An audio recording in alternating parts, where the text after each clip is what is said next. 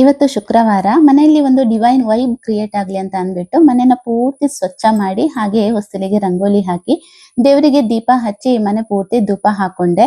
ಇದರಿಂದ ಒಂದು ಒಳ್ಳೆ ಎನರ್ಜಿ ನಿಮ್ಗೂ ಸಿಗತ್ತೆ, ಹಾಗೆ ಪಾಸಿಟಿವ್ ಎನರ್ಜಿ ಮನೆಯಲ್ಲೂ ಕೂಡ ಇನ್ಕ್ರೀಸ್ ಆಗತ್ತೆ ಅಂತಾನೆ ಹೇಳ್ಬಹುದು. ಹಾಗೆ ಹೋದ ವರ್ಷ ನನ್ನ ಬರ್ತ್ಡೇ ದಿವಸ ನನ್ನ ಫ್ಯಾಮಿಲಿ ಮತ್ತೆ ನನ್ನ ವಾಟ್ಸಪ್ ಕಾಂಟ್ಯಾಕ್ಟ್ ಅಲ್ಲಿ ಯಾರೆಲ್ಲ ಇದ್ದಾರೆ ನೋಡಿ ಅವರೆಲ್ಲರೂ ಕೂಡ ವಿಶ್ ಮಾಡಿದ್ರು. ಈ ವರ್ಷ ಅವರೆಲ್ಲರ ಜೊತೆ ನಂದೊಂದು ಪುಟ್ಟದಾದಂತಹ ಇನ್ಸ್ಟಾಗ್ರಾಮ್ ಹಾಗೆ ಯೂಟ್ಯೂಬ್ ಫ್ಯಾಮಿಲಿ ಕೂಡ ಸೇರ್ಕೊಂಡಿದೆ. ಈ ವರ್ಷ ನನ್ನ ಹೊಸ ಕುಟುಂಬದ ನನ್ನೆಲ್ಲ ಪ್ರೀತಿ ಪಾತ್ರರು ನನಗೆ ತುಂಬಾ ಜನ ವಿಶ್ ಮಾಡಿದ್ದಾರೆ. ಕೆಲವೊಬ್ಬರಿಗೆ ಅಲ್ಲೇ ನಾನು ರಿಪ್ಲೈ ಮಾಡಿದ್ದೀನಿ, ಹಾಗೆ ಕೆಲವೊಬ್ಬರಿಗೆ ಇಲ್ಲಿ ಈ ವಿಡಿಯೋ ಮುಖಾಂತರ ಥ್ಯಾಂಕ್ಸ್ ಹೇಳೋಣ ಅಂತ ಅನ್ಕೊಂಡಿದ್ದೀನಿ. ನೀವು ಪ್ರೀತಿಯಿಂದ ನನಗೆ ವಿಶ್ ಮಾಡಿದಿರಿ. ನಿಮ್ಮ ಪ್ರೀತಿಗೆ ಸರಿಸಮಾನವಾದಂತಹ ಪ್ರೀತಿ ನಾನು ಕೊಡ್ಲೇಬೇಕು, ಕೃತಜ್ಞತೆನ ನಾನು ತಿಳಿಸ್ಲೇಬೇಕು ಅಂತ ಅನ್ಕೊಂಡಿದ್ದೀನಿ.